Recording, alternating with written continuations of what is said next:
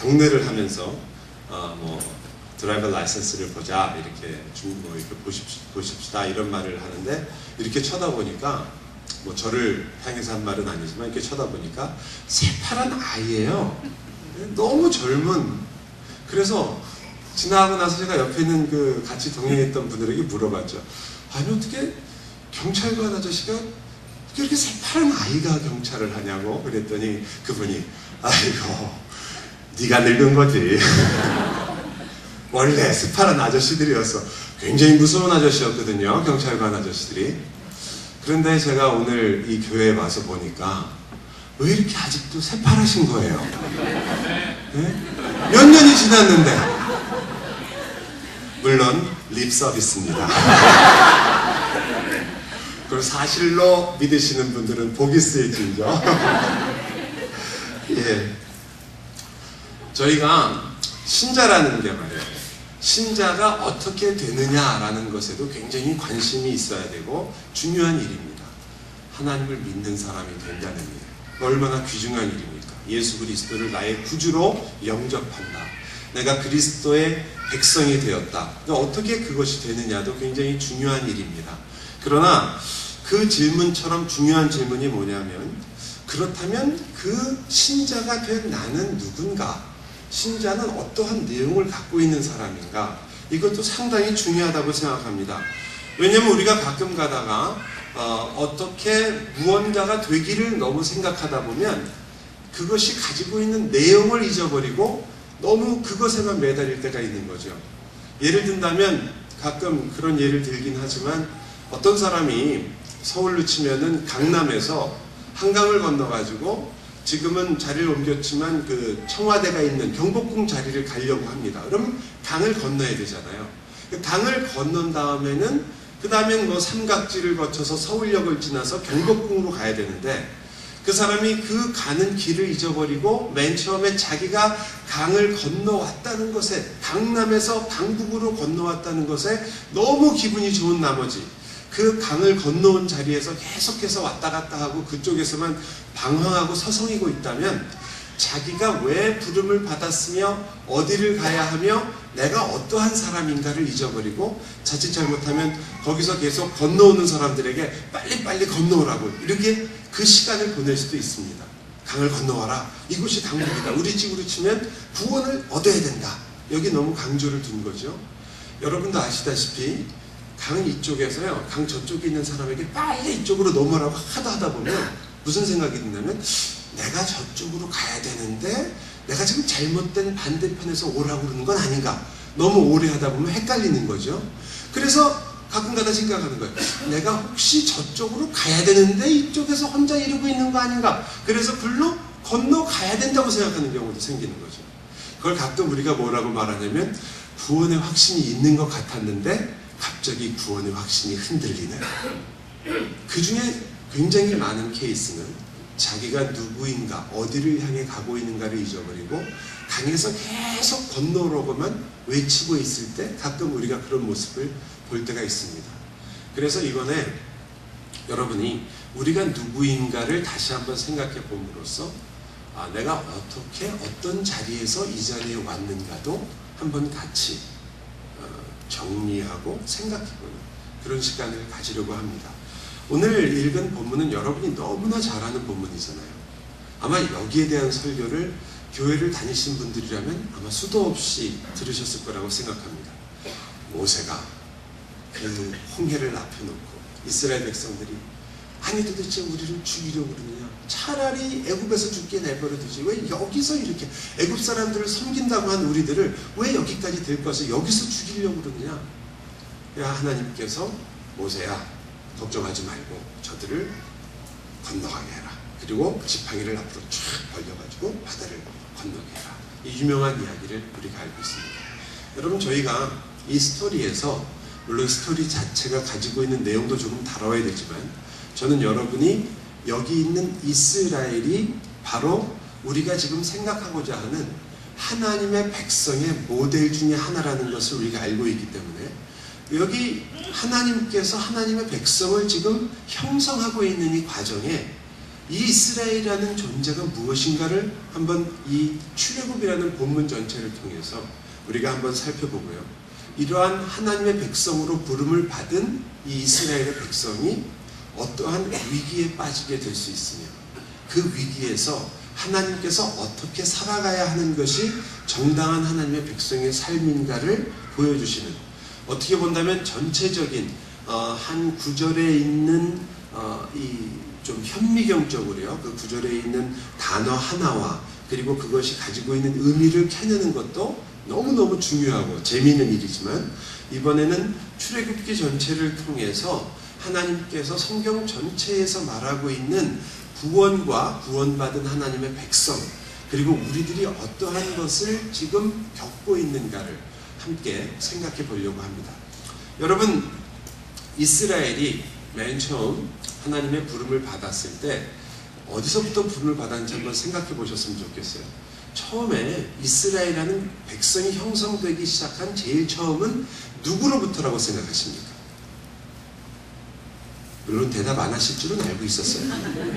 이 질문에 답을 했다가 기쁨의 교회 전체의 수준이 떨어질 수도 있기 때문에 내가 왜 나서서 그렇게 하느냐, 그래서 말씀 안 하실 줄은 알고 있지만 그래도 우리가 우리끼리인데 어떻겠어요. 자, 이스라엘이라는 나라가 형성되는 데 있어서 가장 그 시초가 되는 인물이 누군가요? 그렇죠. 예. 이렇게 쉬운 거를 내드려야지 처음에 이제 미끼를 물듯이 여러분이 대답을 하고, 조금 어려운 걸 질문을 해도 본인이 다 아신 줄 알고 대답을 막 하시는 경우가 생겨요. 자, 아브라함이에요. 아브라함이 어떻게 해서 이 이스라엘이라는 민족을 형성하게 됐냐면, 아브라함이 똑똑하거나 아브라함이 하나님을 잘 섬기고 하나님께 충성을 다했으며 하나님께 신앙의 맹세를 했던 인물이 아니에요. 성경에 그런 기록은 사실은 없죠.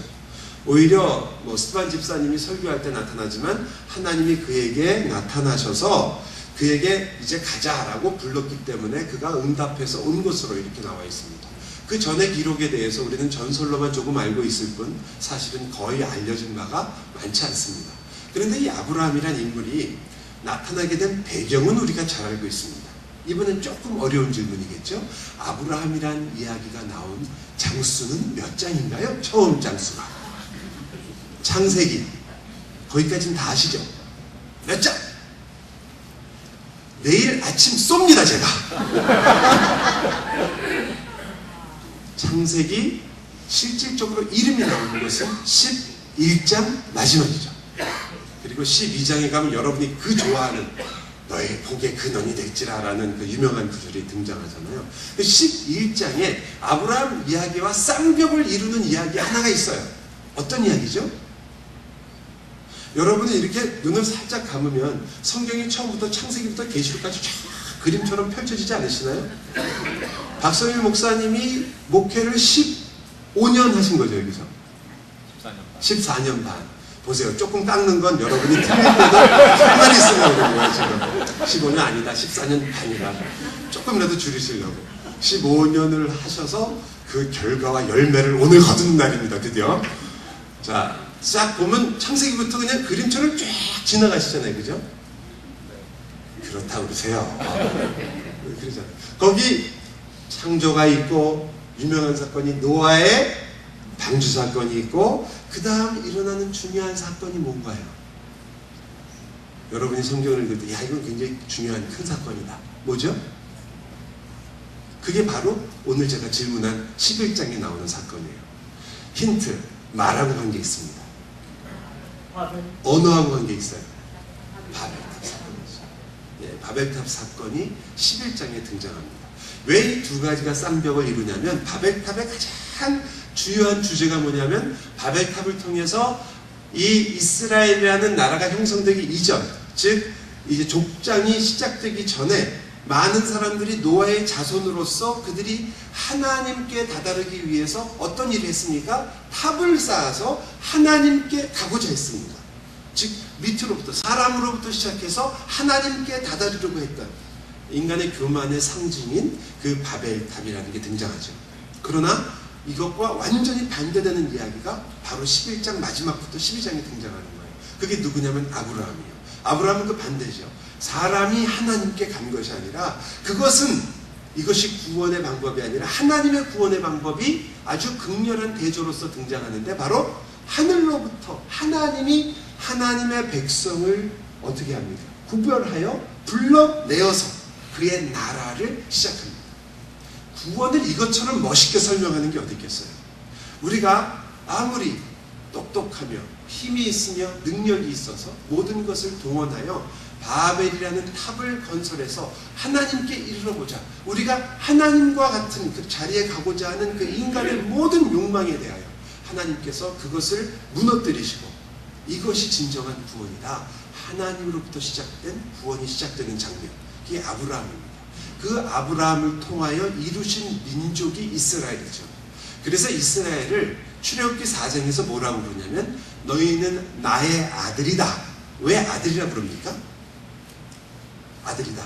아들이라는 말은 무슨 뜻이 내포되어 있는 거예요?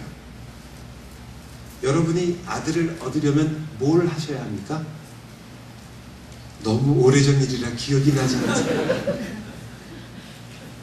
낳아야 될 거 아니에요.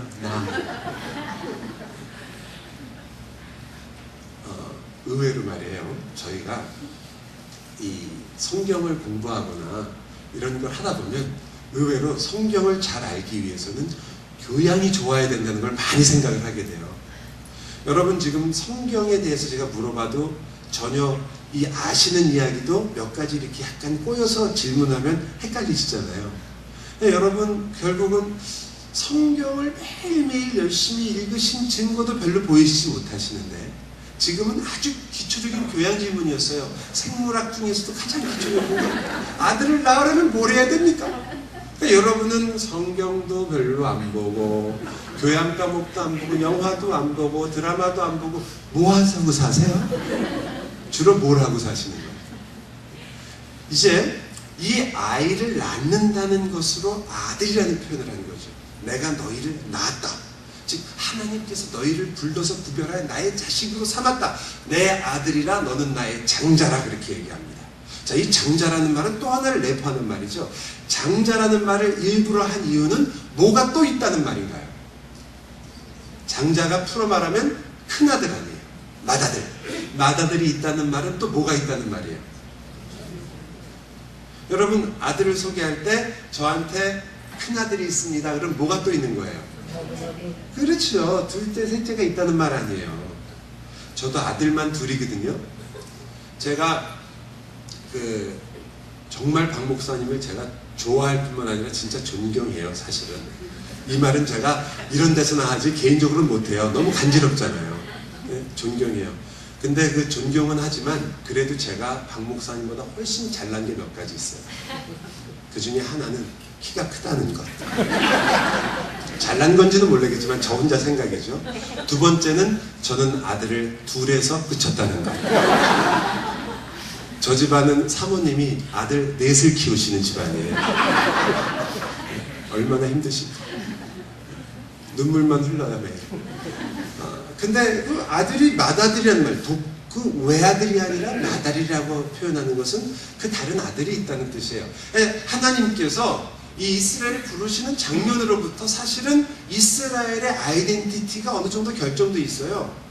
즉 그들은 단순히 너희는 내 아들이다, 너희만 내 것이니까 너희랑 나랑 재미있게 가족을 이루어서 잘 살자, 나는 아버지고 넌 아들이다가 아니라 너가 장자라는 말은 너희를 다가 아니라 너희를 통해서 이제 둘째와 셋째와 넷째 이런 아들들이 있어야 된다는 뜻이죠. 이스라엘을 제사장의 나라라고 만든 예수님이 하나님께서 그렇게 부르신 이유 중에 하나인 거예요. 너희를 이제 대표로 해서 너희를 통하여 내가 구원과 하나님의 나라가 무엇인지를 이 땅에서 보여주며 그들로 하여금 내가 누구인지를 알게 하리라라는 샘플이 이스라엘이라는 거예요. 우리가 이스라엘과 유대인들을 어떤 면에서 부러워하기도 하고 자 저들은 정말 하나님이 저렇게 구별해서 대단한 민족이다라고 생각할 수도 있겠지만 그러나 한편으로는 가장 힘들고 불쌍한 민족이죠. 여러분 모든 일에 그렇지만 샘플링이라는 게 참 무서운 거거든요. 많은 사람이 있는데 이 사람 하나를 샘플로 해가지고 이걸 가지고 모든 다른 이들의 모범으로 삼는다. 피곤한 일이거든요. 그 이스라엘이 바로 그 샘플링이라고 보시면 돼요. 그래서 하나님께서 그를 부르실 때 아들이다, 장자다 이렇게 부른 거죠. 내가 너를 불러내서 구별해서 이제부터 내가 너를 통해서 내가 누구인지를 알리고 내가 너를 통해서 나의 뜻이 어떤 것인지를 알려주겠다. 이스라엘이라는 나라가 그렇게 부름을 받았어요. 자, 여러분과 제가 하나님의 자녀라고 부르죠. 우리를. 자녀를 우리나라 말로 풀어 말하면 뭐가 됩니까? 아들과 딸이죠. 그러니까 여러분을 하나님의 자녀, 아들과 딸이라고 부르신 것은 즉 여기 있는 것처럼 내가 이스라엘을 아들로 부르듯이 우리를 그렇게 부른다는 뜻입니다. 벌써 이 둘이 연관이 있다는 걸 알게 되죠. 이스라엘은 단순하게 구약에만 등장하는 한 나라가 아니라 사실은 우리와 같은 이름을 어쩐지는 모르지만 왜 이런 일이 벌어졌는지에 대해서 우리가 오늘 관심을 갖고 보는 거지만 이 일이 벌어진 사람들이에요. 자, 여기서 만약에 여러분이 그것을 인정한다면 똑같이 여러분과 저도 하나님께서 우리를 이 세상으로부터 구별하여내서 이 세상 사람들에게 혹은 이 세상에 하나님이 누구이신지를 알리려고, 그죠? 우리를 그 하나님의 뜻을 이루어내는 사람으로서 부르는 거예요. 여러분과 제가 오해하는 구원에 대한 한 가지 오해, 그게 뭐냐면 이제 내가 예수 그리스도의 십자가로 말미암아 드디어 나는 이제 천국으로 갈 수 있는 하나님의 백성이 되었다. 이건 맞는 말이에요. 하나도 틀리지 않아요. 그러나 그것이 구원 전체를 설명해주는 좋은 표현은 아닙니다. 여러분, 하나님은 여러분을 그렇게 이제 죽어가는 여러분을 그 안에서 예수 그리스도를 보내어 죄를 사해서 건져내려는 것만이 하나님의 목적이 될 수가 없어요. 여러분을 건져내면 뭐 하겠어요? 그 건져내는 데는 여러분을 물속에서 건져내가지고 하나님의 아들로서 살며 하나님의 영광과 거룩과 하나님이 누구이신지를 알고 그 하나님의 뜻을 여러분을 통해서 이루어내시려고 여러분을 건져내신 거지, 그냥 물에서 그냥 여러분을 건져낸 게 아니란 말이에요. 여러분, 조각가가 길을 걸어가다가 막 불에 타고 있는 나무를 봤는데 그 나무가 딱 보니까 저 나무로 뭔가를 만들어야 되겠구나 생각을 하게 되면 그 나무를 건져내겠죠. 끄집어낼 거 아니에요. 끄집어내서 불에 탄 채로 그냥 놔두지 않죠. 그걸 어떻게 하려고 끄집어낸 거예요? 그것으로 조각돌을 대어서 무언가를 만들어내려고 하는 거 아니에요. 그게 목적이지 끄집어낸 게 목적이 아니에요. 여러분을 죄의 씻음을 받고 죄의 사함을 받고 그래서 당신을 하나님의 자녀로 삼으셨다라는 것이 끝이 아니고 그 삼으신 데 있어서 궁극적인 목적이 있는 거예요. 이걸 이렇게 제가 물어볼게요. 자, 이 질문을 제가 여러 번 많은 경우에 많이 하는데 여러분은 이 질문에 대해서 아주 좋은 답을 가지고 계시라고 아주 제가 철떡같이 믿습니다. 우리가 이스라엘을 볼 때 말이에요. 이스라엘이 도대체 언제 구원을 받았을까? 1번 출애굽, 즉 애굽으로부터 하나님께서 빼놔서 열 재앙을 지나서 드디어 하나님이 그들을 고센 땅에서 나오게 하고 바로가 자 너희들 다 데리고 가라 했을 때가 바로 구원이다. 두 번째, 아니다, 홍해를 건넜을 때가 구원이다. 적어도 홍해는 건너야 될 거 아니에요. 잘 모르는 얘기 하지 마라. 광야에서 만나는 한 번 먹어봐야 구원이다. 야, 만나 먹으면 뭐하냐? 4번 가나안에 들어가야 구원이다. 1번과 2번과 3번과 4번. 자, 이런 어려운 문제는 우리는 언제나 다수결로 결정합니다. 자, 1번. 예, 용감하게 드셨어요. 2번. 좋습니다. 3번. 비슷해요, 수가. 3번이 조금 줄어들었어요. 3번이 뭔지 아시죠? 3번이 뭐였어요? 여러분이 확실히 서부보다 나았네요. 요쯤에서 물어보면 다 잊어버려갖고 뭐였지? 이렇게 되시는데, 자, 4번 가나안에 들어가는 게 구원이다. 제일 많네요. 그래도 그러나 과반수를 넘지 못했으므로 무효. 5번 강사 목사님이 하는 게 진짜다. 여러분, 이게 구원에 대해서 우리가 가지고 있는 어쩌면 약점이에요. 제가 미리 말씀드렸지만 구원이라는 것은 하나님께서 여러분을 건지는 것이 다가 아니고 그 건짐으로써 하나님의 목적과 뜻이 이루어지는 것까지가 다 구원이에요. 우리가 대개 생각하는 구원이 너무 뭐만 생각하냐면 의롭다 하심을 받았느니라, 칭의만이 구원은 아니에요. 구원의 굉장히 중요한 부분이죠.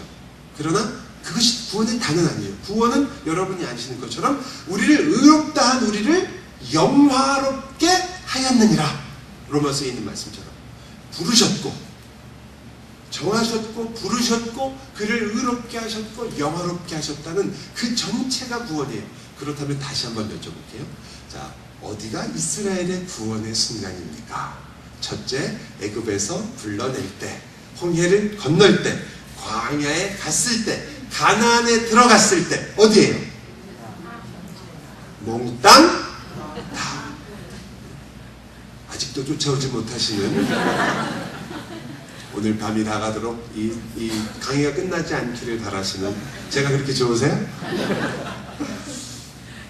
제가 올라올 때 시계를 빌려갖고 올라왔어요. 제가 시계를 갖고는 올라오지만 저는 시계를 잘 안 봅니다. 제가 저희 집 사람을 수련회나 집회에 잘 안 데리고 다녀요. 왜냐하면 저희 집 사람이 엄청 이제 좀 있으면 눈치를 줄 거거든요. 끝내라 제발. 끝내라. 여기서 끝내면 좋은 강의인데 조금만 더 가면 지루한 강의다. 제발 끝내라. 그렇게 이제 신호를 줄 거예요. 저는 저의 단 한 가지 저희 집 사람에게 이기는 게 있다면 일단 올라가면 누구의 말도 듣지 않습니다. 심지어는 박 목사님이 이렇게 사인을 줘도 별로 신경 쓰지 않아요. 보이지도 않습니다. 단지 제가 걱정하는 것은 내일 주일인데 주일날 아침 보니까 큐티도 있고 같이 이렇게 교제하는 시간이 있는데 그 시간을 지키시지 못할까봐. 옛날에 제가 그 평양 대부흥 운동하고요, 스코틀랜드나 웨일즈 지방의 부흥사를 읽어보니까 되게 이렇게 시작하더라고요. 한 목사님이 와서 설교를 했는데 그 설교 말씀에 그 교인들이 마음을 찢으며 기도하기 시작해요. 그때부터 밤을 새기까지 기도하는데 아무도 가는 이가 없더라. 끝장나는 거죠, 이제. 이 수련회 자체가 끝장이 나는 거죠. 이것이 다라면, 여러분, 가나안까지가 다라면 여러분은 이제 구원에 대해서 그 모든 것을 생각한다면 내가 하나님이 이제 아들로서 불렀다는 것이 아니라 이제부터 우리가 생각할 이 홍해라는 사건 자체도 구원의 한 부분이라는 것을 생각하셔야 돼요. 이제 광야와 그리고 우리가 잘 아는 이 가나안의 이야기도 분명 구원의 전체의 내용을 갖고 있습니다. 이 구원의 전체 내용을 갖고 있다는 말은 이 모든 내용이 바로 여러분에게 그저 성경을 읽으면서 홍해를 건넜으니까 와, 홍해도 건너는구나. 우리도 어려운 문제를 만났을 때 주여 홍해가 갈라지게 하여 주옵소서. 이러한 수준에서 여러분이 이제 더 이상 접근하면 안 돼요. 여러분, 구원이라는 것은 우리 모두에게 반드시 일어나는 일을 구원이라고 얘기하죠. 구원이 없으면 우리가 어떻게 하나님의 자녀가 되겠습니까? 이것도 노맨이에요? 이건 아멘이죠. 네, 구원이라는 게 그렇다면 지금 여러분이 다 인정하셨잖아요. 출애굽도 홍해도 광야도 가나안도 구원이다. 그러면 이 모든 것이 우리에게 있어야 구원 아닙니까? 그런데 우리가 그냥 이걸 이렇게 생각하는 거예요. 구원은 받았는데 구원받은 하나님의 백성들이 살다 보니까 홍해 같은 바다도 만나더라. 그 바다가 하나님께 기도하고 하나님께 간구했더니 하나님께서 야, 좀 서두르고 네 맘대로 가지 말고 내가 어떻게 하는지 좀 봐라. 좀 기다려라. 네가 가지고 있는 걸 좀 다 내려놓고 하나님이 뭘 하는지 봐라. 그래서 봤더니 홍해가 갈라지면서 문제가 해결되었더라. 좋은 설교예요. 이것도 은혜롭죠, 그죠? 네. 그러나 이제는 그렇게 접근해서는 문제가 좀 있는 거 아니에요. 이렇게 접근한다고 틀렸다는 말이 아니에요. 성경이라는 게요, 태평양 바다와 같아서 여러분이 태평양, 여긴 대서양이죠. 대서양 바다와 같아서 저희 동네는 태평양이에요. 대서양 바다와 같아서 바다 가도 대서양, 저 바닷속 가장 깊은 곳도 대서양, 저 유럽에 맞닿아 있는 바다도 대서양 아니에요.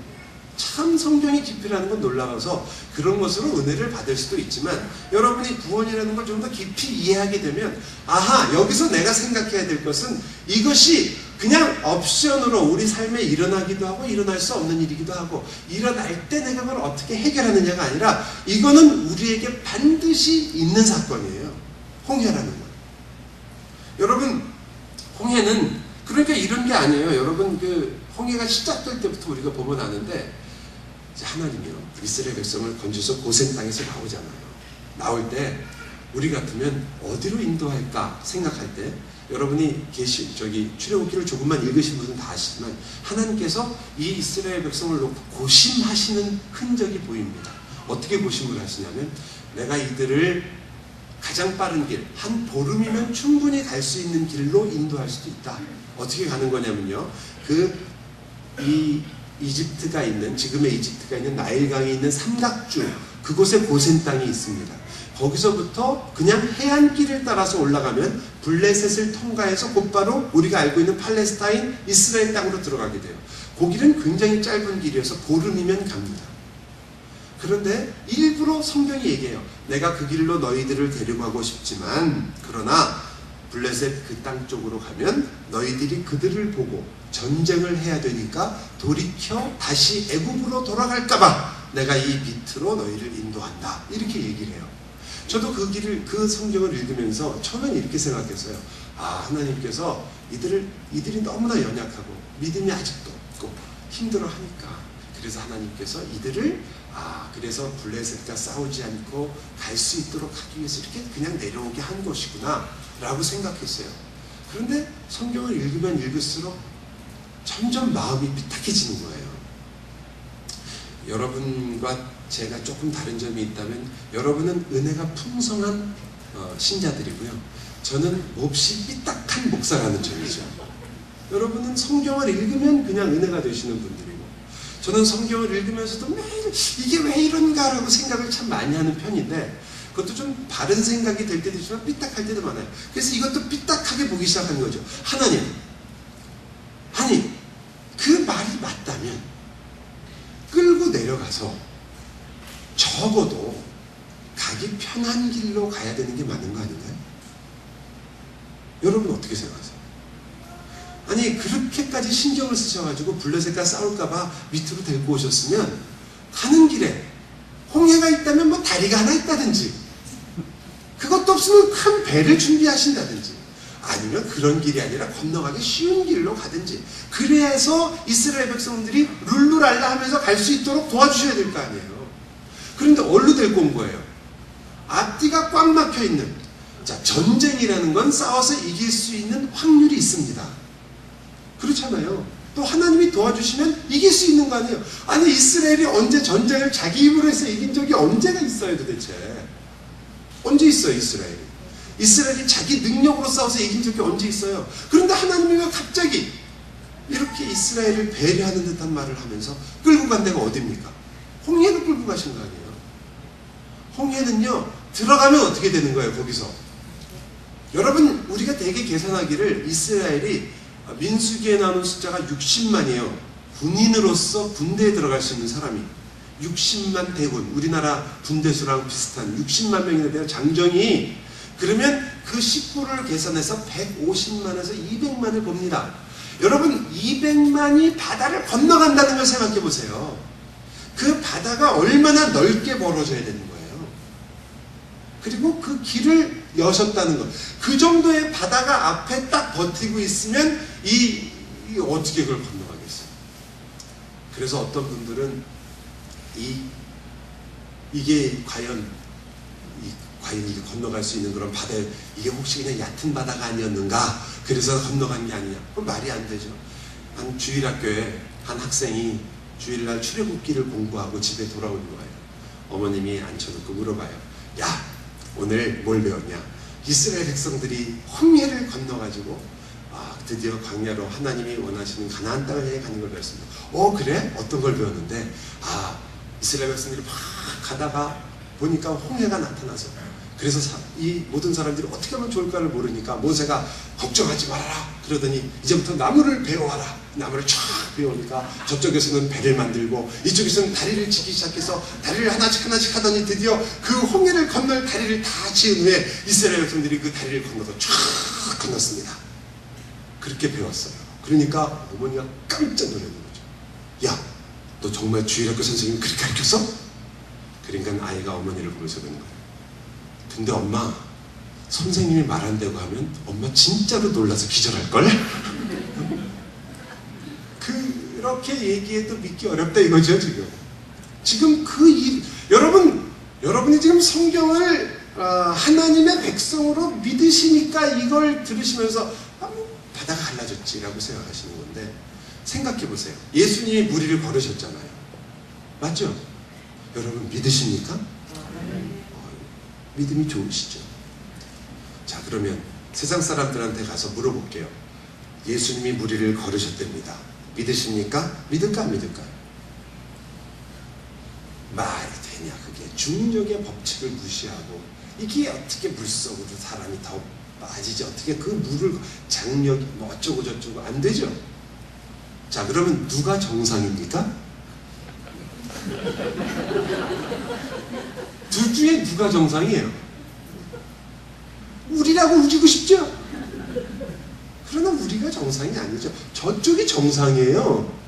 우리가 정상이 아니죠. 사람이 무리를 건넜다는 것을 믿는단 말이에요.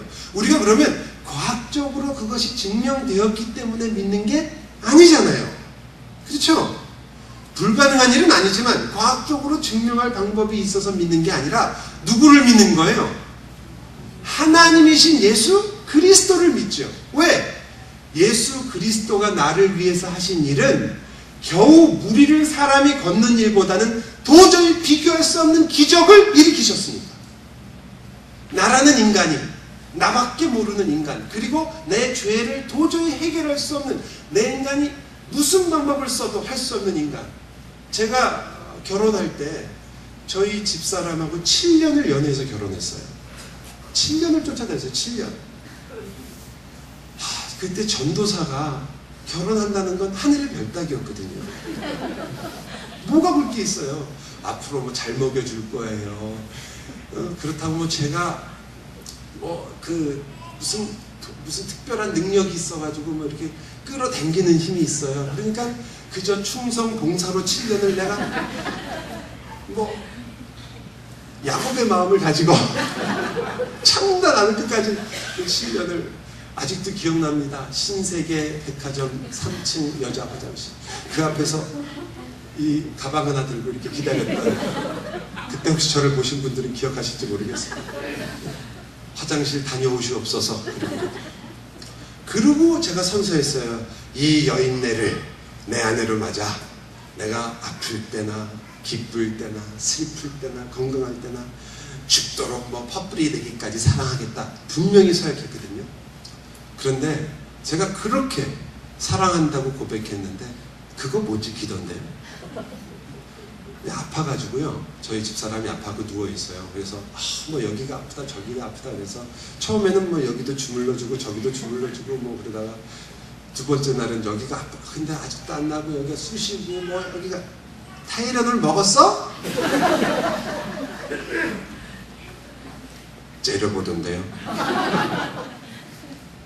그리고 여자들이 쓰는 단골 메뉴가 곧 나오는 거죠. 당신 나 사랑해? 미치는 거죠 아주. 누가 안 한대? 근데 그게 무슨 상관이야? 타이레놀 먹으려며 누가 그걸 몰라서 그래. 우리가 가지고 있는 제가 제 인간으로서 제가 가지고 있던 최고의 그 감정이었고 제 생각에는 가장 신실했고 가장 강했다고 생각해요. 근데 그것도 안 되던데요. 쉽고 변하고 약해지던데요. 제가 그런 것을 보면서 우리 인간이라는 존재가 누구인가를 다시 한번 생각하게 되는 거죠. 과연 하나님께서 이 이스라엘 민족을 부르실 때 어떻게 우리를 부르셨다고 하는 부르심에 그 홍해로 데리고 가시는 그 알다가도 모를 소 그래서 제가 이렇게 생각해 맞는 거예요. 그러니까 이거는 하나님께서 일로 가면 블레셋과 싸우기 때문에 그게 두려워서 너희를 데려간 거라는 표현이 아니라 내가 너희를 일로 데려가는 것은 하나님이 가지고 있는 분명한 뜻이 있고 목적이 있기 때문에 일부러 데려가는 거예요. 여러분과 저를요, 하나님께서 내가 구원이라는 하나님의 놀라운 영광 가운데 지금 초대를 받아 그 구원의 삶을 시작했는데 이 구원이 여러분에게 이루어지는 일에는 하나님께서 가지고 있는 목적에 따라서 여러분이 움직여진다는 기본적인 내용이 들어있는 거예요. 싫죠, 우리야 물론. 우리 중에 누가 죽을 게 뻔한 홍해 바다로 가고 싶겠어요. 하나님이 글로 아주 의도적으로 인도를 하셨다는 거거든요. 자, 여러분이 만약 그것이 하나님께서 이루시는 구원의 한 부분이라는 걸 우리가 안다면 이걸 알 수 있는 거죠. 그렇다면 홍해에 우리를 끌고 가서 하나님이 이루시고자 하는 그게 뭐냐 이거예요. 그 구원이라는 내용이 무엇인지를 설명하는 중요한 부분이 되는 거죠. 자, 신자는 아까 말씀드린 것처럼 아들이에요. 그것도 장자예요. 그러나 그 장자라는 말은 지금 우리들에게는 굉장히 중요한 말인데 이스라엘이 장자지만 이제는 아들들이 어마어마하게 많이 생겼어요. 그럼 무언가 변화가 생겼다는 걸 우리가 조금 알 수 있어요. 그러나 어쨌든 이스라엘이 아들인 것처럼 우리도 자녀예요. 그런데 여기 또 다른 신자의 특징 중에 하나가 뭐냐면 신자란 홍해의 사람이에요. 홍해 전에 물론 유월절이 있었죠. 그 유월절 때 어떠한 일이 있었습니까? 하나님께서 이 피를, 어린 양의 피를 바른 그 문 안에 들어있는 사람들을 구원하셨죠. 꼭 이스라엘 민족만 된 게 아니라 그 안에 있는 사람들을 구원하셨어요. 즉 하나님께서 이 어린 양의 피로 말미암아 그들을 보호하시며 그들을 사하시는 사람들, 이게 유월절이 가지고 있는 신자의 특징이죠. 여러분, 그 부분이 바로 우리가 알고 있는 구원이 어떻게 우리에게 오느냐라는 부분을 잘 설명하는 부분이잖아요. 우리 구원이 어떻게 오느냐. 그러나 그 다음에 있는 우리가 홍해의 사람이라는 것은 우리가 누구이냐, 이 어린 양의 피로 구원을 받았다고 하는, 죄를 속함을 받았다고 하는 우리가 누구인지를 아주 잘 설명해 주는 거예요. 바다라는 게요. 자, 이제 이 스토리를 조금만 생각해 보세요. 이스라엘이 지금 홍해 앞까지 왔어요. 앞엔 바다입니다. 하나님이 뭐라고 그러냐면 일로 가래요. 바다로. 그 무슨 뜻입니까 이게? 일로 들어가라. 바다라는 게 뭘 뜻하냐면 여기 이제 여러분이 바다에 대해서 물론 이 창세기부터 계시록에 이르기까지 이 바다라는 단어가 성경에서 굉장히 중요하게 쓰이죠. 그 물, 바다 이런 게요. 여러분, 물이라는 게 성경에 제일 처음 나온 데가 어디죠? 잠시 제가 좀 소홀했더니 금방 긴장을 푸시는 거예요. 성경에 물이라는 게 제일 처음 나온 데가 어디예요? 노아의 홍수? 창세기 1장 2절. 그죠? 거기 뭐라고 나와요?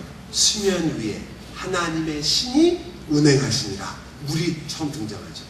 그 물과 하나님의 신은 성령 하나님을 우리가 뜻한다는 걸 아마 여러분 배워서 아실 건데, 그 수면이 위에 운행하시는 성령, 즉 거기 나오는 바람이라는 그 단어가 여러분이 잘 아시는 그 노아의 홍수 때도 등장합니다. 노아의 홍수 때도 그 바람이 불어 그 물을 여러분이 아시는 것처럼 밀어내지요. 마르게 한단 말이에요. 바람이라는 게 등장합니다. 그러나 여기서도 여러분이 보시면 이 홍해 사건에서도 이 홍해가 갈라지는 일에 무엇이 동원됩니까? 바람. 그 바람으로 이 물을 가르죠. 근데 그 물이라는 것이 물론 창세기 맨 처음에 나온 물은 우리가 생각하는 것처럼 어떤 그 인간의 죄가 들어오기 전의 일이니까 좀 다르지만 노아의 홍수 때 물은 무엇을 상징하고 있습니까? 하나님의 심판을 상징하죠. 하나님의 진노와 심판이에요. 역시 마찬가지로 여기 나오는 이 물도, 홍해의 물도 사실은 그 물 자체가 상징하는 것은 죽음과 심판과 저주죠. 왜? 애국 군대가 곧 그곳에 빠져서 다 죽을 거예요. 하나님의 심판을 뜻합니다. 그런데 그 물 속으로 이스라엘 보고 들어가라고 한단 말이에요. 그럼 그게 무슨 뜻이 되는 거예요? 하나님의 백성의 특질을 보면서 여러분이 홍해라는 것을 되게 우리는 우리 앞에 처한 우리가 어쩔 수 없는 문제다. 그 문제가 있을 때 하나님께 기도하면 바다를 가르듯이 갈라진다. 그러면 우리가 갈 수 있다라고 생각하셨다면 조금 더 이것이 하나님의 구속의 역사 속에서는 어떤 역할을 하는지 보시란 말이죠. 이 물이 그 진노와 심판을 뜻하고 있다면 그곳으로 들어간다는 뜻은 무슨 뜻이에요? 이스라엘 백성들이 죽음 속으로 들어간다는 뜻이죠. 맞죠? 자, 그게 구원이다. 의미하죠. 여러분, 이것과 아주 유사한 구절이 사실 신약에 있지만 제가 조금 더 설명을 드릴게요. 그 들어가는 이스라엘 백성들이 그 속으로 들어갔을 때 무슨 일이 벌어졌냐면 성령 하나님과 같은 그런 바람이 그 물을 밤새도록 밀어내더니 그 물이 뭉쳐지듯 마치 벽처럼 서서 마른 땅이 드러나 그 사이를 건너가게 되죠. 상징적인 의미는 사실 그렇습니다. 죽음 속으로 이스라엘은 들어갔는데 하나님께서는 마른 땅으로 그들을 살려냅니다. 왜 이런 일이 벌어지느냐? 이게 왜 구원인가? 여러분, 고린도 그 전서 10장에 보면 이 사건을 설명하는 부분이 나옵니다. 이스라엘 백성이 그 구름 기둥과 불 기둥을 쫓아서 살았는데 그들이 이 홍해에서 어떤 일을 겪게 되냐면 바로 모세와 함께 이 물속으로 들어가는 것을 세례를 받았다 이렇게 얘기를 해요. 또 찾아볼 수도 있지만 여러분 나중에 찾아보세요. 10장이니까 1절부터 3절까지 읽어보시면 거기 모세와 함께 이스라엘 백성이 세례를 받고 그 홍해 속으로 들어갔다고 얘기합니다. 그걸 세례라고 그래요.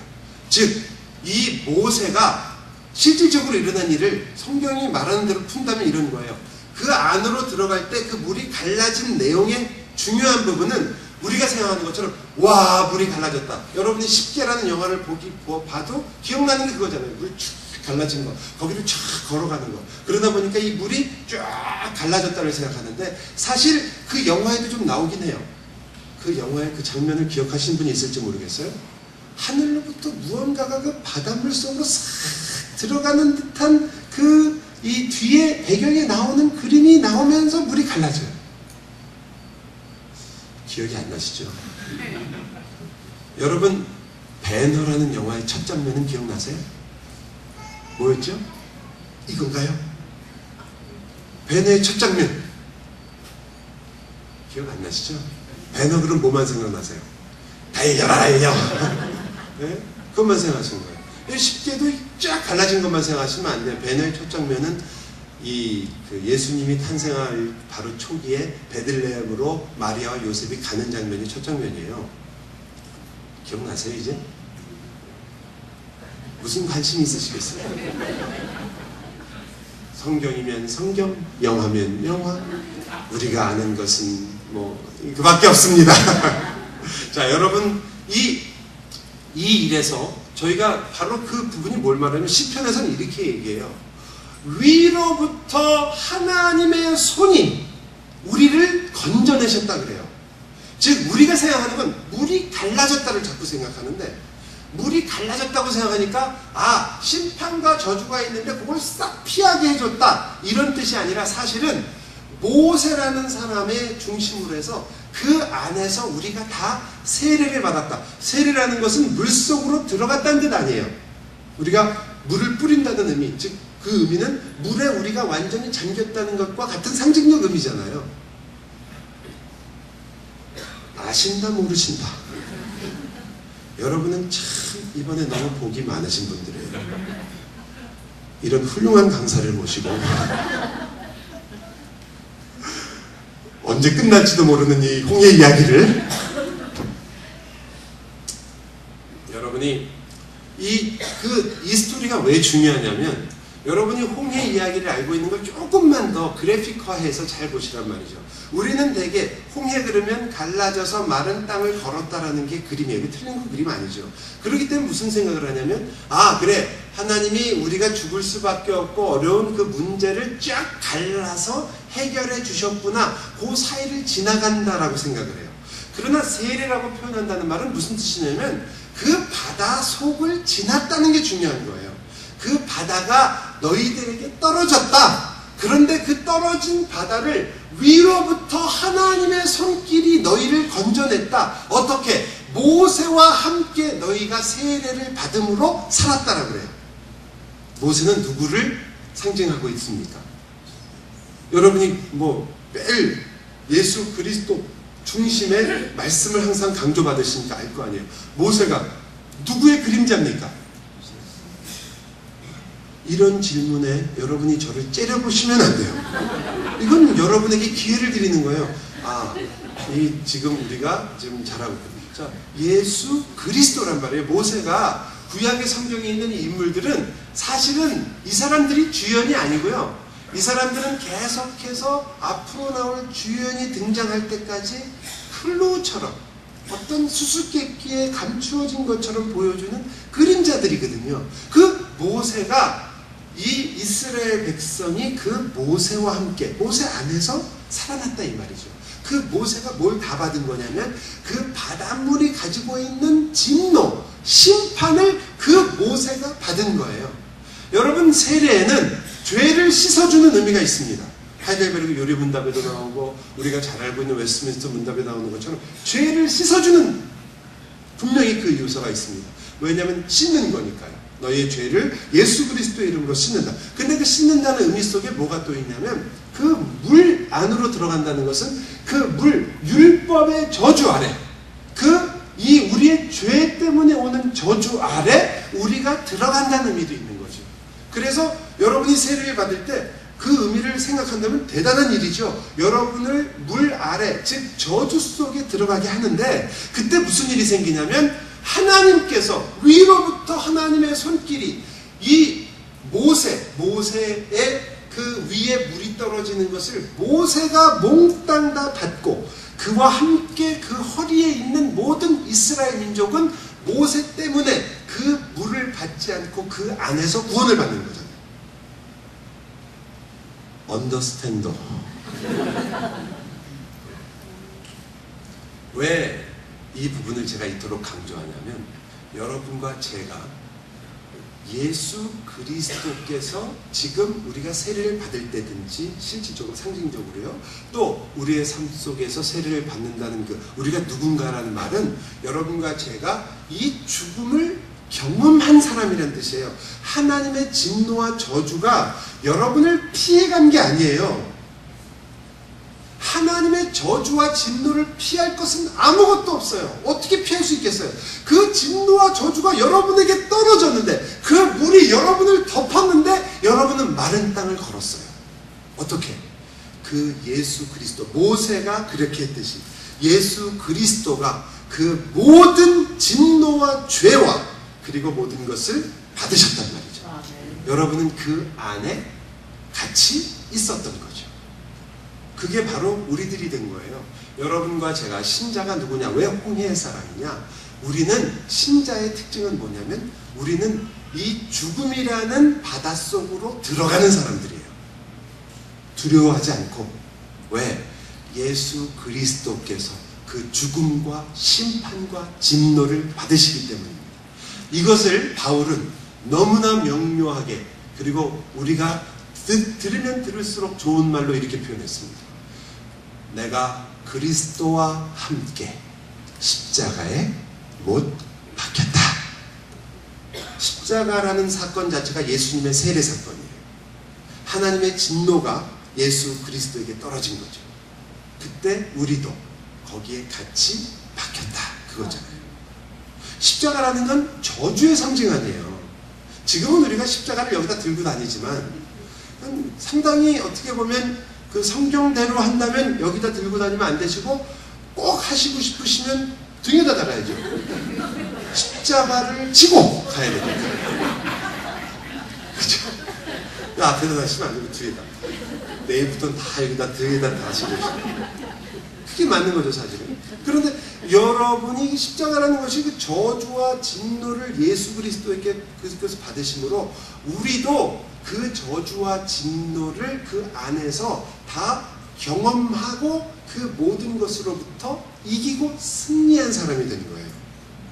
그러므로 우리는 그리스도와 함께 내가 죽었다는 것을 주저하지 않고 고백하는 사람인 거죠. 신자는 그리스도 안에서 죽는 사람입니다. 정과 욕심을 십자가에 못 박아내니라. 별로 감동이 없으시죠? 왜냐하면 뭐 그러려고 합니다 이러신 것 같아요. 그러나 거기 있는 표현 자체가 앞으로 계속해서 열심히 받겠습니다, 앞으로 열심히 하겠습니다가 아니라 바뀌었어요. 여러분은 이미 이 홍해 속으로 들어와서 거기서부터 마른 땅을 걸었다니까요. 그게 여러분이에요. 신자가 누구냐? 우리는 죽음을 경험한 사람들이에요. 이쯤 되면 눈물이 나와야 되거든요. 왜냐하면요, 제가 이번에 한국을 방문할 일이 있었을 때 잘 아시듯이 너무 더워가지고 아마 음식에 문제가 생겼는지 제가 심하게 식중독을 해가지고 인물전시를 2번이나 병원에 들어갔었어요. 저를 보시는 몇몇 분들이 저를 보면서 목사님 굉장히 마르신 것 같다 이렇게 얘기를 하시더라고요. 마른 것 같다고. 저는 좋은 의미로 그냥 받아들입니다. 예. 옛날보다 나아진 것 같다 이런 뜻이죠? 예, 고맙습니다. 예. 근데 제가 마른 이유 중에 하나가 되는 것은 그때 너무 못 먹었어요. 식중독 때문에. 너무 불쌍한 눈으로 보시네요. 웃으라고 한 얘기예요. 근데 그때 그 병원에 들어가서 너무 심하게 고열이 나니까 열이 너무 높아가지고 한 39도 이렇게 올라갔었어요. 열이 올라가가지고 그 방 안에 그 더운 여름철에 그 한국에서 이불을 이렇게 뒤집어 쓰고 발발발발 떠는, 추우면 떨리잖아요. 그 떨고 있는데 그때 이런 생각이 들더라고요. 참 기특하게도 제 생각에 이러다가 주님 곁으로 갈 수도 있겠구나 사람이. 그렇잖아요. 그럴 때 있잖아요. 가끔 혼자 스스로 자기 연민에 빠질 때 있잖아요. 나는 참 주님을 위해서 열심히 내 묘비에는 주를 위해서 열심히 살다가 비록 순교는 못했지만 식중독으로 죽은 한성민이 가노라 이렇게 써야 되나 뭐 이런 생각을 하면서 누워있을 때 이 죽음이라는 것이 있을 때, 그리고 나서 병원에 가서 항생제 주사 한 번 맞고 그리고 열내리는 주사 맞고 그리고 아이비 하나 딱 맞으니까 싹 나서 아무렇지도 않아지더라고요. 한순간에 한 6시간짜리 맞고 나니까 아주 힘이 펄펄 나서 돌아왔다가 잘난 척하다가 다시 병원 실려갔지만 괜찮더라고요. 그러고 나니까 그때 무슨 생각이 나냐면 힘이 나니까 야 이제 내가 여기 와서 할 일을 다시 잘해야지 라는 생각이 들었어요. 여러분 저는 아무것도 아니죠. 그런데 만약 여러분이 암 선고를 받으셨다고 생각해보세요. 그런데 오늘 의사한테 가서 암 선고를 받고 이제 다 끝났구나 그러고 생활을 정리하러 가려고 그러는데 한 분 있다가 그래도 세컨 오피니언은 받아봐야 되지 않겠어? 그래서 갔더니 압불사 오진입니다. 제가 잘못 봤습니다. 이건 그런 악성 투머는 아니고 잘라내는 끝입니다. 그때 기분이 어떻겠어요? 그냥 이렇게 쿨 하세요? 뭐 그런가 보다. 뭐 그러다가 나쁘면 죽나 보다. 죽으면 천국 가면 되나 보다. 이 정도의 신앙이 있는 분이 혹 여기 계시다면 그럼 뭐 감사한 일이죠. 그러나 우리가 그렇지 않잖아요. 내가 그 며칠 동안 고민하면서 내 인생의 마지막 순간을 어떻게 보낼까 고민했던 그 마음으로 그 다음에 내가 다른 사람에게 정말 잘하고 살아야지, 용서해야지, 사랑해야지, 이런 게 정상적인 거 아니에요. 저는 하나님께서 여러분에게 사랑하라, 원수를 사랑하라, 너희는 이렇게 살아라라고 그렇게 강력하게 과거의 율법과는 비교할 수 없을 정도로, 옛날엔 이렇게 얘기하셨거든요. 너희가 이것을 지키면 살리라 이렇게 얘기하셨는데 신약에서 그렇게 얘기 안 하시잖아요. 이거 잘하면 살리라 이렇게 얘기 안 하고 이거 해라 라고만 얘기하거든요. 도둑질하지 마라, 내 주 안에서 내 부모를 공경해라, 내 아내를 사랑해라 딱 얘기하잖아요. 저는 그래서 하나님 이건 율법보다 더 하신 거 아닙니까? 이런 무슨 율법에서 겨우 벗어나고 자유했다고 그러더니 뭐 이렇게 법이 많습니까? 라고 생각했는데 그게 이런 거예요. 다시 말하면 너 죽었다가 깨났잖냐. 여러분과 저는 그 죽음에 들어갔던 사람이란 말이에요. 죽었다가 살았으면, 여러분의 그 죄 때문에 죽었다가 살았으면 그 다음엔 어떻게 살아야 돼요? 여러분이 고민하는 것처럼 내가 죽는다면 어떻게 살아야 될까라고 고민했던 것처럼 당연히 내 인생에 주신 하나님의 뜻과 은혜를 좇아 살아야 되는 게 너무 당연하지 않습니까? 여러분은 죽었다가 살아났다, 내가 한번 죽은 목숨이다라는 그 생각이 너무 오는 거죠. 정말 없어요. 제 여동생이 호주에서 살다가 뉴질랜드에서 지금 살고 있는데 엄청 이민 가서 고생을 무지하게 했어요. 그 여동생인데 전화를, 그때 힘들 때 전화를 자주 해서 옛날 이야기지만 전화를 하면서 오빠 정말 너무 힘들다고, 그래 내가 너무 힘들어서 죽지 못해 살아요 그래요. 제가 그래서 네가 드디어 바울의 신앙을 가지게 됐구나. 바울이 그렇게 얘기하잖아요. 나도 빨리 주님의 곁에 가고 싶은데 내가 이 육신의 장막에 거하는 것은 바로 너희들 때문이다. 내가 죽지 못해 산다는 거 아니에요. 그러므로 여러분 중에 혹시 죽지 못해 사시는 분이 계시다면 여러분의 신앙은 굉장히 높은 수준입니다. 근데 여러분이 지금 죽었단 말이에요. 죽었어요. 죽었다가 살아나서 사는 사람 치고는 여러분 너무 그 환희와 감격과 비장함과 기쁨이 없어요. 저희 교회가 남폭교회라고 목사님이 소개하셨는데 많은 사람들이 남폭교회라고 안 부르고 남들도 포기한 교회라고 그래요. 모든 사람들도 포기했다. 그래서 우리는 그 남들도 포기한 교회가 아니라 사실은 우리 교회는 남들이 포기한 사람을 위한 교회라 이렇게 생각한다. 뭐 이렇게 둘러치긴 하지만 그러나 교회 이름이 썩 괜찮은 건 아니죠. 기쁨의 교회는 얼마나 이름이 좋아요. 주빌리 처치. 어디 가서 얘기하기도 좋고 우리 교회는 기쁨의 교회다. 그런데 이게 이렇게 보일 수도 있거든요. 얼마나 기쁨이 없으면 기쁨의 교회라고 이름을 적겠네. 이러면 안 되잖아요. 여러분, 제가 만약 내일 주일인데요. 주일은 우리가 주님의 부활을 기념하고 주님의 부활을 기억하는 날 아닙니까? 내일 여러분 얼굴을 뵀는데 오늘보다 더 기쁘지 않으면 저는 내일 오전에 11시에 무슨 말씀을 전해야 될지 굉장히 힘들어질 것 같아요. 왜? 죽었다가 깼다는 것을 얘기하는데도 끄떡하지 않는 이 철갑을 두른 인간들에게 내가 무엇을 얘기할 수 있겠는가? 지금 제가 얘기한 여러분 지금 엑스레이 다시 찍었는데요. 여러분 지금 다시 MRI 찍어봤는데 여러분 그거 아니랍니다. 여러분 살아났답니다. 그런데 여러분이 그런가 봐. 또 내일 살면 되겠지. 이건 아니거든요. 신자가 누구냐를 여러분이 정말 알면요. 그것 하나만으로, 즉 내가 누군가만으로도 평생 살 수 있는 힘이 있습니다. 여러분 베드로후서에도 나와있지만 생명과 경건에 속한 모든 것을 너에게 주었다라는 그 놀라운 구원, 그 하나님이 우리에게 허락하신 이 놀라운 영광을 여러분이 정말 그 마음에 이해하는 그 깊이가 조금만 있어도 우리가 겪는 모든 문제 가운데서 여러분이 이토록 흔들릴 리가 없어요. 저는 물론 이 말은 저희 교회 교인의 수준으로 얘기하는 거예요.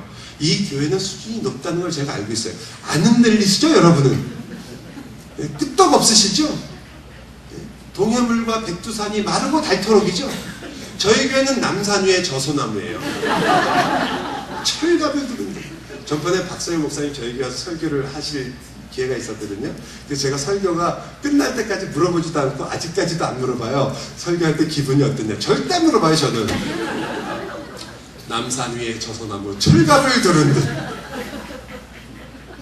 그러나 이 교회는 아니잖아요. 동해물과 백두산이 마르고 닳도록 그 하나님의 은혜와 사랑이 너무나 넘치고 끝이 없고 가히 없어서 우리는 든든한 이 주님 안에 서 있기 때문에 무슨 일이 있어도 걱정과 근심 대신에 찬양과 감사로 삽니다.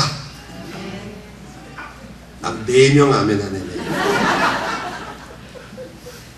여러분, 그러니까 바다가 갈라진 것, 그리고 그 바다가 갈라져서 우리의 문제가 해결된 게 아니라 사실은 여러분이 죽은 거예요.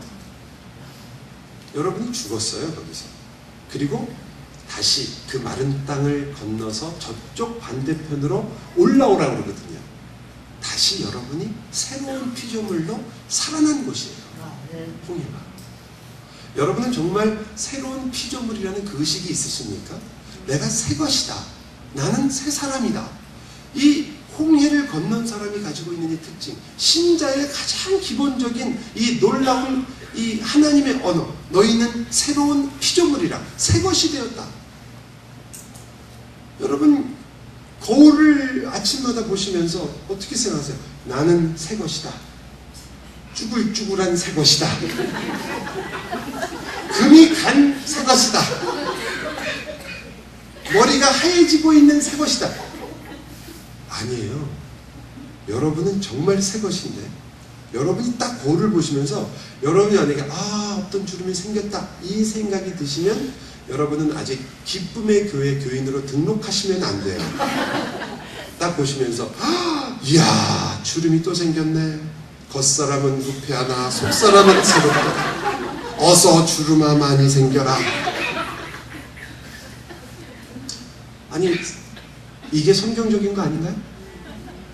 네. 내가 아침에 일어나면서 아이고 그냥 안 쑤신 곳이 없어서 먼저부터 몸을 갖다가 돌려가지고 다리부터 천천히 내려올 때까지 3분 끙끙하면서 일어나는데 2분 그래갖고 막 피고 쭈그리고 막 아이고 아파라 관절염이 지긋지긋한데 어떻게 안 없어지나. 그거는 아직 아니에요. 겉사람은 이토록 후패하나 내 속사람은 오늘도 더욱 새롭구나. 여러분이 겉사람이 후패하는 걸 보면서 나의 속사람이 새로워지는 새로운 창조가 나에게 일어난다는 사실을 더욱 깊이 깨달으라고 하나님께서 여러분의 그 몸과 여러분의 육신의 후패함을 허락하시는 거 아니에요. 근데 그걸 갖다가 억지로 피고 맞고 찢고 붙이고 어떡하란 말이에요 이거. 겉사람은 날로 새로우나 속사람은 날로 후패하도다. 이러면 어떡해요? 여러분과 제가 지금 예수 그리스도를 믿으며 가고 있는 삶의 방향이 이 홍해로부터 살아난 새 사람, 새로운 피조물이에요. 여러분 정말 새 거예요. 여러분의 남편을 제발 예수 같이 믿으면서 제발 헌 사람 취급하지 말아주세요. 새 사람이세요. 여러분 새 것 타고 살고 있어요. 새 신랑이에요. 어떤 분은 목사님 농담으로라도 그런 말 하지 마세요. 끔찍합니다. 또 살아요. 아니요 정말 여러분의 아내가 새 것이에요. 새 것. 새로운 사람이요. 날로 새로워지는 사람이에요. 날로 새롭게 더 아름다워지고 더 성숙해지며 더 하나님의 기쁨이 되어가고 있는 사람이란 말이에요. 여러분이 목사님 건 우리 가정을 몰라서 하시는 말씀입니다. 저희는 오늘도 싸우고 내일도 싸우고 아주 끊임없이 싸웁니다. 그것 때문에 제가 온 거 아니겠어요? 바로 내일 설교 제목의 처음이 위기의 남자의 원래. 근데 위기의 사람, 위기의 신자. 위기예요, 위기. 그게 위기죠. 왜 그게 오냐 말이죠. 근데 그렇게 싸우는 것 같으면 결론부터 말씀드리면, 오늘 이거 결론을 말씀드리면 내일 안 오고 그냥 집에 내려가실까봐 말씀드리면, 그게 사실은 여러분과 제가 이 프레임 자체를 잘못 이해하고 있는 거예요. 신자의 삶이 무엇인지를 잘못 이해하시기 때문에 여러분의 인생에 지금 위기라는 것을 받아들이는 그 생각과 그것을 맞이하는 태도는 물론이고 그것을 분석하는 것부터가 지금 우리가 사실은 시작을 잘못하고 있어요. 신자에게 사실 그러한 삶이라는 것이 어떠한 의미를 갖고 있는지를 우리가 오해하기 쉽기 때문에 그렇죠. 그래서 여러분과 제가 이제 이 홍해를 통해서 나오는 하나님께서 우리를 인도하신다는 그 사실을 알게 되면 그 다음으로 가는 곳이 광야잖아요. 광야로 가면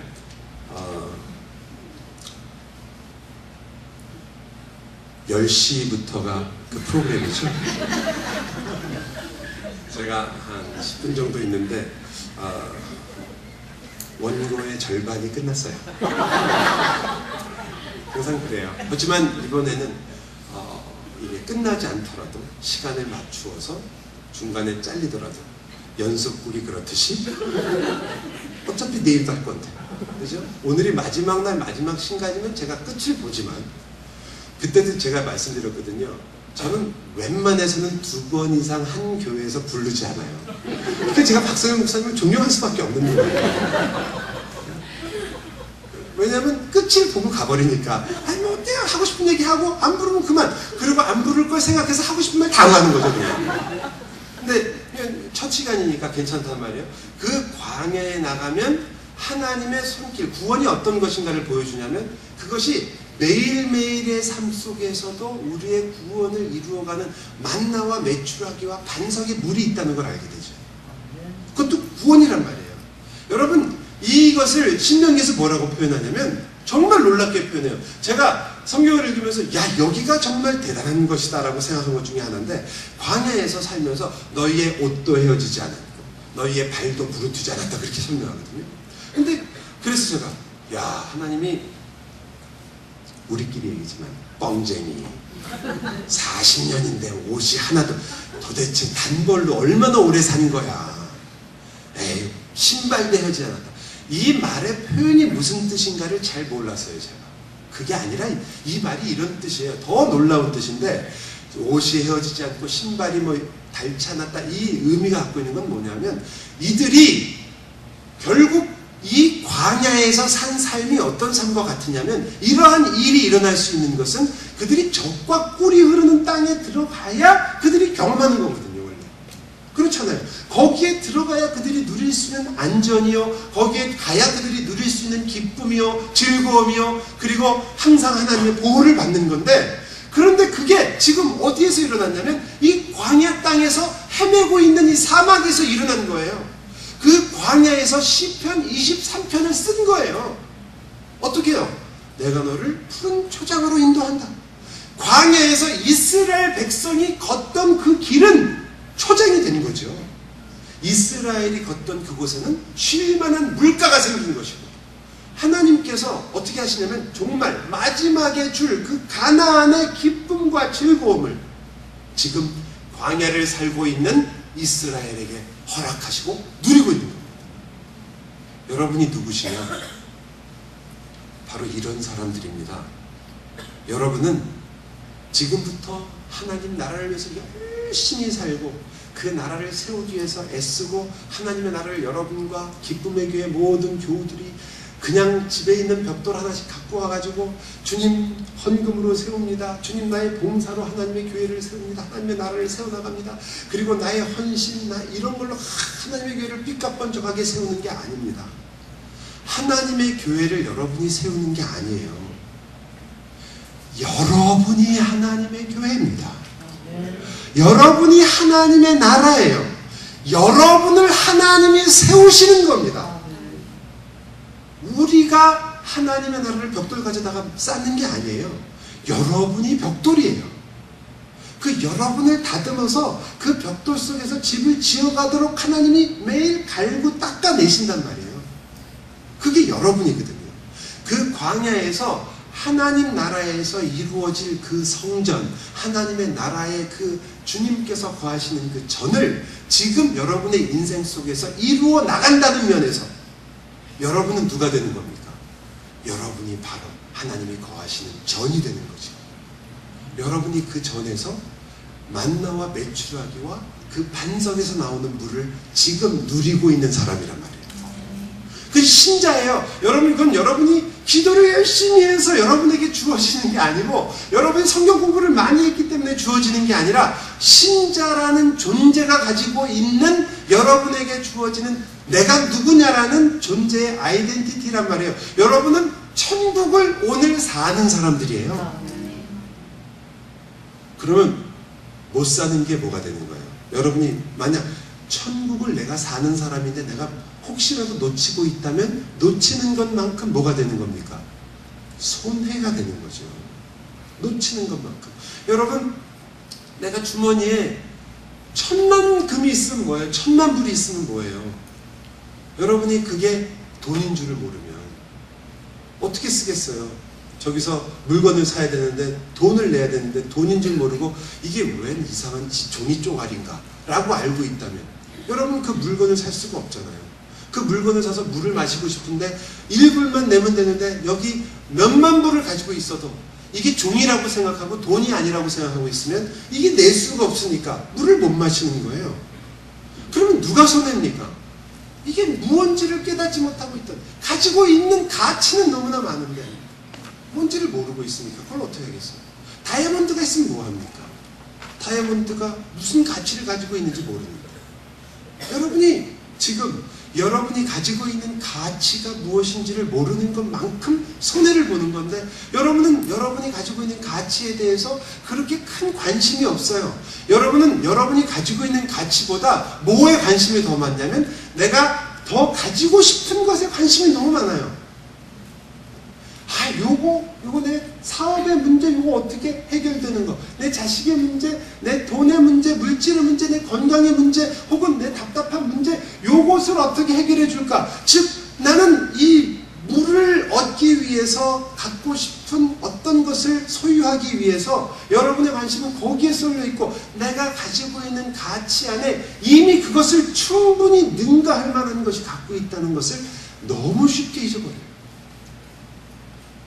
여러분이 누군지를 자꾸 잊어버리는 거죠. 그래서 성경은 우리들에게 항상 이야기합니다. 우리가 광야에서 누리는 그것은 바로 하나님 나라에서 누리는 것, 맛보고 있는 것이다. 결국은 또 어디까지 인도하세요? 하나님이 광야를 지나 가나안까지 인도하시죠. 자, 여기에 여러분과 제가 약간의 반전을 한번 생각해 보겠습니다. 이 일들이 이스라엘에게 일어난 것이 우리와 아주 유사하다는 것은 알겠어요. 그런데 그 이스라엘에게 일어난 일이 왜 우리하고 비슷한 일이 생길까? 왜 우리가 그것을 우리의 삶인 것처럼 볼 수 있을까?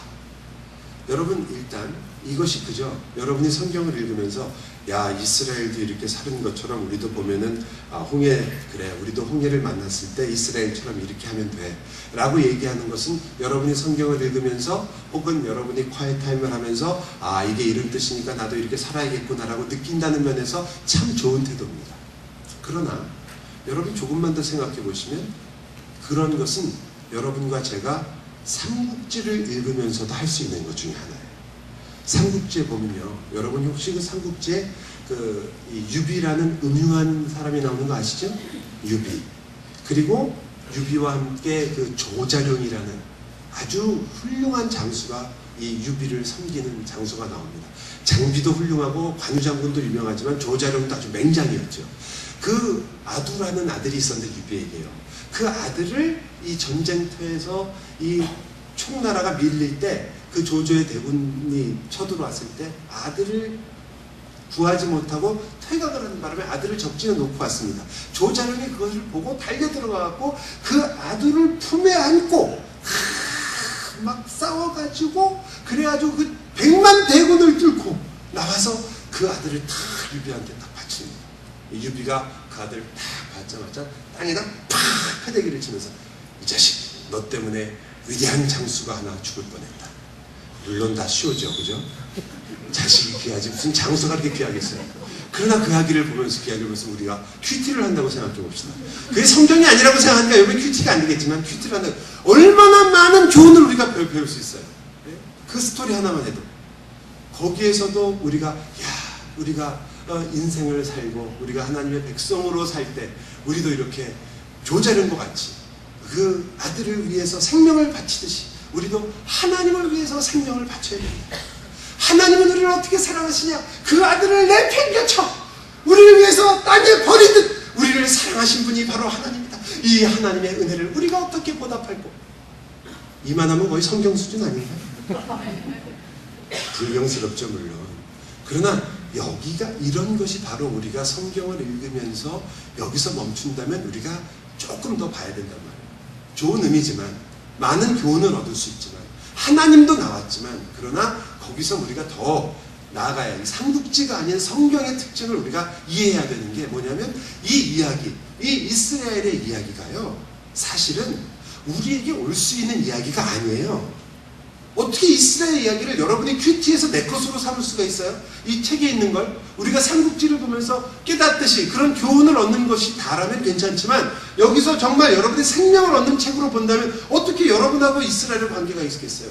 여러분과 이스라엘이 관계를 맺는 이유는 더 중요한 이유가 있어요. 그건 뭐냐? 이 이스라엘의 전 역사가 한 사람의 인격 속에서 나타났어요. 과거에요. 자기를 죽이려고 했던 손길을 피해서 애굽으로 도망갔던 사람이 있어요. 그것도 아주 어릴 때. 그리고 그 애굽에서 다시 돌아온 그 아들이 있어요. 마태복음 2장에 나오는 아들이에요. 누구죠? 예수님. 호세아가 예언한 것처럼 내가 너를 애굽에서 불렀다 라고 한 것처럼 예수 그리스도가 애굽에서부터 부름을 받아서 출애굽하셨어요. 그 예수께서 어떠한 이름이 뭐세요? 유월절 어린 양이 되셨습니다. 우리가 다 아시는 것처럼 그 예수께서 어떠한 일이 벌어졌냐면 성령 세례가 임하는, 즉 세례 요한에게 물로 세례를 받고 이 율법 아래 들어오시고 저주 아래 들어오셨다는 것을 보여주었습니다. 그도 세례, 즉 홍해를 건너셨습니다. 그 홍해를 건넌 다음에 어디로 갔었어요? 예수님이요. 세례를 받으신 다음에 광야로 나가셨습니다. 그곳에서 떡으로 시험을 받으시고 그곳에서 마귀에게, 사탄에게 시험을 받으셨습니다. 이스라엘 백성이 시험을 받은 것처럼 이스라엘은 시험 중에 다 망했으나 그러나 예수님은 그 시험을 완전히 이루시고 승리하셨습니다. 그 시험을 이기신 예수님이 우리에게 뭐라고 하세요? 내가 바로 하늘로부터 온 떡이라. 이 너희의 조상들은 이 하늘로부터 온 만나를 먹고도 죽었으나 내가 주는 떡을 먹는 자는 영원히 죽지 않을 것이다. 나는 생수라. 내 배에서 나는 그 생수의 강이 너희에게 흘러 넘치리라. 반석에서 나오는 물이 아니라 생수라고 얘기하셨습니다. 그 예수 그리스도께서 바로 광야의 삶을 사셨고 만나와 물이 되셨고 그리고 성막이 되셨고 그리고 우리에게 가나안의 이스라엘을 인도한 것처럼 예수님께서 무엇이 되셨습니까? 내가 너희를 위하여 처소를 예비하러 간다. 영원한 기업을 너희에게 줄 것이다. 가나안처럼 이 땅에 있는 기업이 아니라 진정 영원한 도성을 우리에게 약속하셨어요. 예수님의 인생이 출애굽이에요. 출애굽기 자체를 사셨어요. 그리고는 우리에게 뭐라고 말하시냐면 이제 너희가 내 안에 있어 나와 함께 살 것이다라고 얘기하죠. 그 출애굽의 역사를 사신 그리스도와 여러분이 하나가 되었습니다. 그때부터 이 출애굽을 하신 이 출애굽, 이스라엘이 살았던 출애굽이 아니라 그 이스라엘은 실패했던 그 출애굽을 완전히 완성하신 예수 그리스도와 하나가 되어 여러분은 이제 이스라엘도 경험하지 못했던 그리스도만이 여러분에게 줄 수 있는 그 이스라엘보다 더 위대한 그 구원의 출애굽을 여러분의 인생 속에서 살게 되었습니다. 여러분의 인생은 다른 인생이 아니라 바로 출애굽기를 사시는 거예요. 예수 그리스도와 함께 여러분도 세례받듯 그 죽음으로 들어갔고 광야에서, 그래서 스데반이 얘기하잖아요. 광야 교회라고. 우리가 광야에서 지금 살아가고 있으며 그러나 이스라엘처럼 거역하여 그곳에서 죽어나가는 것이 아니라 우리는 그리스도가 완성하셨고 시험을 이기신 까닭에 우리도 광야에서 승리하며 살아가게 되는 거죠. 너희는 우겨쌈을 당하지 않는다. 넘어지는 것 같으나 일어서는 것이요 너희를 누구도 이길 수 없으며 모든 것을 잃은 것 같으나 모든 것을 가진 자요 모든 것을 다 빼앗긴 자 같으나 사실은 너희는 모든 것을 얻은 자고 아무것도 없는 것 같으나 사실은 세상에서 가장 부유한 자라고 얘기합니다. 왜 그렇습니까? 이스라엘은 누리지 못했지만 저와 여러분은 그리스도 안에서 이 놀라운 출애굽을 누리기 때문입니다. 신자가 누구냐? 여러분, 신자는요 예수 그리스도 안에서 그 예수의 출애굽, 예수의 역사, 예수의 인생을 사는 사람들입니다. 예수 안에 있기 때문에 그 인생을 살아가죠. 그게 신자입니다. 예수 그리스도는 바로 하나님 나라를 우리 안에서 시작하신 분이고 그것을 이루실 분입니다. 그 안에서 우리는 너무나 많은 것을 배우죠. 정말 내가 누구인가, 내가 어쩔 수 없는 어떤 존재였던가를 알게 됩니다. 왜? 여러분이 그리스도 안에 들어가는 순간 여러분은 나를 위하여 죄가 되신 예수 그리스도와 하나가 되는 것을 알게 됩니다. 내 죄가 무엇인지를 알죠. 내 죄가 얼마나 무서운 죄냐? 십자가에 죽을 만큼 무서운 죄예요. 그것도 하나님 자신이 죽을 만큼. 상상해 보셨어요? 이게 내가 지은 죄가 내 인간이라는 인격적인 존재가 살아나기 위해서 뭐가 필요했냐면 그게 얼마나 무시무시했던지 하나님 자신이 십자가에서 죽지 않고는 해결할 방법이 없는 거예요. 그걸 깨닫게 돼요. 그러니 겸손해지지 않을 수 있습니까? 여러분이 그리스도 안에서 그리스도의 인생을 살게 되면 그 예수 그리스도가 받았던 멸시와 고난을 여러분도 함께 누리게 되는 거예요. 갑자기 왜 누린다는 그 고난의 이야기가 나오니까 갑자기 눈이 이렇게 개슴츠레해지세요.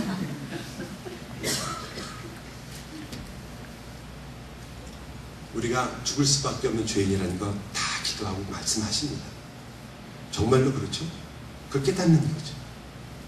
죽을 수밖에 없는 죄인한테 누가 당신은 정말 못된 인간이다. 그럼 어때요? 당연한 거 아니에요. 아니 자기 조그마하게까지 기도하실 때 주여 저를 죽여주시옵소서. 저는 죽을 수밖에 없는 죄인입니다. 옆에서 누가 바늘로 살짝만 찔러도 왜 찔르는 거야? 조그맣게 죽여달라고 그러고 죽어도 괜찮다고 그러고 옆에서 주여 나는 정말 이런 인간입니다 그래놓고서 옆에 있는 사람이 저 권사님은 다 좋은데 좀 그만한 것 같지 않아? 그게 또 돌아서 꼭 오죠? 뭐 나를 교만하다고 그때부터 다시 안 본다느니 뭐 이 교회만 교회라느니 뭐. 왜요? 우리는 우리가 누구인지를 그리스도 안에서 그리스도가 하나화 됐다는 것을 철저하게 인식해서 내가 누구인가를 알지 못하는 한 여러분은 입으로 그냥 립 서비스만 하는 거예요. 하나님한테요. 아니거든요. 하나시란 말이에요. 여러분은 예수 안에서 그래서 지지고 볶는 인생을 시작하게 됩니다. 그 지지고 볶으면서 여러분이 아시게 되는 거죠. 어릴 때 기억나세요? 주사 맞는 거. 너무 아파가지고 주사를 맞을 때 처음에 예방주사는 막 도망가지만 너무 아플 때는 결국은 아플 때 주사를 맞아야 낫는다는 걸 아니까 주사를 맞게 되잖아요. 그게 좋아서 맞나요? 그걸 맞아야 된다는 걸 아니까 철이 좀 든 거죠. 여러분 예수를 믿으면 안 아픈 주사 놔달라고 할 필요 없어요. 그런 거 어디 있어요? 맞아도 안 아픈 주사 그런 거 없어요. 뭐가 달라지는 건지 아세요? 그 안에서 이건 맞아야 되는구나 라는 걸 아는 거예요. 이건 맞아야 되는구나. 맞아야지 낫는 거구나. 지지고 볶지 않는 예수 믿는 인생 저는 알지 못합니다. 그거 아시는 분이 있으면 오늘 밤에 강사실로 와서 알려주세요. 지지고 볶지 않고 여기까지 오신 그리스도인이 혹시 계시다면 제가 내일부터는 설교할 내용도 없어요. 우리에게 뭐가 힘들어서 사도 바울이 그 긴 성경을 그 많은 서신서를 썼겠어요. 전부 지지고 볶는 얘기예요. 너는 왜 이러냐? 왜 서로 싸우냐? 왜 서로 잘난 척하느냐? 왜 그렇게 서로 네가 뭐 너는 아볼로파 뭐 꼭 그 마지막에 보면 난 베드로다 바울이던데 우리도 서로 싸우면 그런 사람 꼭 있잖아요. 나는 예수 따라간다. 예수파 꼭 나오잖아요. 그때 고린도교회도 똑같았거든요. 예수파가 겸손한 게 아니에요. 꼭 그거랑 똑같아요. 너 무슨 띠냐? 그러고 나는 닭띠인데 그리고 꼭 나는 예수띠다. 이런 사람 있잖아요. 얄밉기 그지없는 누가 아니래. 꼭 잘난 척하는 이것을 도저히 봐줄 수 없는 그 인생이 우리에게 있다니까요. 여러분 교회라는 곳이 여러분 와서 사랑과 은혜와 기쁨이 풍성해서 오기만 하면 모든 사람이 나를 사랑해주고 나를 인정해주고 그냥 어쩔 줄 몰라서 여러분을 너무너무 사랑스러운 당신 이런 곳으로 생각하셨다면 여러분 꿈을 빨리 정리하세요. 깨지지 마시고. 그게 아니라 교회는 비록 부족한 우리들이 서로 지지고 볶는데도 불구하고 그곳에서 하나님의 은혜와 기쁨과 진리에 대한 소망과 그 사랑을 만들어내는 성령 하나님의 놀라운 손길을 찬양하는 것이죠. 그게 일어나는 게 교회잖아요. 우리로서는 나올 수 없는 게 나오는 것, 교회입니다. 여러분, 오늘, 내일, 또 모레까지 우리가 이 하나님의 신자로서의 삶을 함께 생각합니다. 옆에 있는 분 아까 이게 서로 인사하시려니까 인사하시면서 뭐 안부도 묻고 그리고 막 그렇게 많이 참 보기에, 여기서 보기에 참 좋았던 것 같아요. 붙잡고 손도 안 놔주시는 분도 있고 뭐 어떻게 했냐고 막 이런 분도 있고, 물론 제가 이 교회 아시는 분이 많지 않아서 그런지 저는 여기 서 있는데 아무도 와서 인사하는 사람, 아래에서도 뭐 손 흔들어주는 사람도 없고, 담임 목사님은 일부러 2개월 만에 와가지고 모든 인기를 독차지하고 강사는 얼굴도 전혀 보이지 않아요. 이런 무서운 현실 속에서 살아남기 위해서. 여러분, 얼마나 그렇게 하실 때 여러분의 손을 쥐우면서 이렇게 생각하지 마세요. 이렇게 한번 악수하고 서로 허그하고 사랑으로 안부하면 모든 문제가 해결되는 게 아니에요. 뭐가 문제가 해결되냐면 여러분이 힘들지만 그 사람의 아픔과 괴로움과 상처를 견디어내고 그들과 나의 삶을 나누어 가는 방법을 배워가고, 그 지지고 볶는 그 일이 바로 하나님께서 우리에게 주신 진정한 교회의 참 모습이라는 것을 인정하고 출발하지 않는 한 우리는 계속 꿈을 꾸기만 하고 거기서 거닐기만 할 뿐, 천국 갈 때까지 불만과 불평 속에서 살 수밖에 없어요. 왜 안 하냐 이거죠. 교회의 표어는 기쁨의 교회인데 왜 기쁨이 없냐, 사랑하자 그래놓고 왜 너는 사랑 안 하냐, 나는 이렇게 열심히 봉사하는데, 그리고 미워하는 거예요. 사랑하자 그래놓고. 그렇게밖에 될 수 없어요. 그래서 저는 여러분이 신자가 누구인가를 오늘 우리가 시작할 때 이 출애굽기로부터 우리가 아는 것처럼 하나님의 아들이라는 의미로 내가 홍해의 사람이요, 내가 바로 광야의 사람이요, 내가 가나안의 사람이라는 것을 다시 한번 묵상하고, 내일 그렇게 하나님께서 구원하신 우리가 왜 위기라는 것을 맞이하게 되는지 함께 살펴보겠습니다. 기도합시다. 하나님, 우리가 이 하나님의 백성으로서의 삶을 살아가는 순간순간마다 주님이 우리에게 얼마나 귀한 분인가를 또 한 번 기억합니다. 내가 누구인가를 알 때마다 우리는 하나님이 도대체 어찌하여 우리를 이토록 사랑하시는가를 다시 한번 찾게 됩니다. 이 얼마나 놀라운 영광이며 이 얼마나 가슴 벅찬 이야기입니까? 죽음에 처했던 우리를 살리사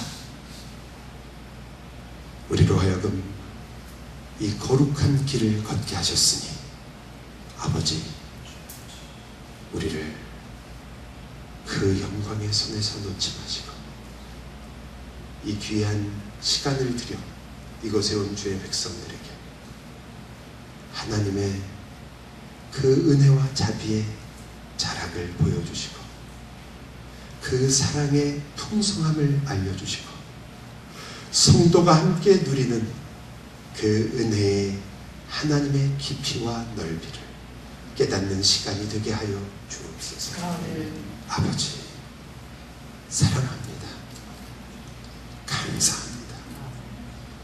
우리가 누구인지를 더 깊이 알게 하사 그 하나님으로 하여금 우리를 자랑스러운 아들로 삼도록 저희로 분발하게 하여 주옵소서. 예수 그리스도의 이름으로 기도하옵나이다.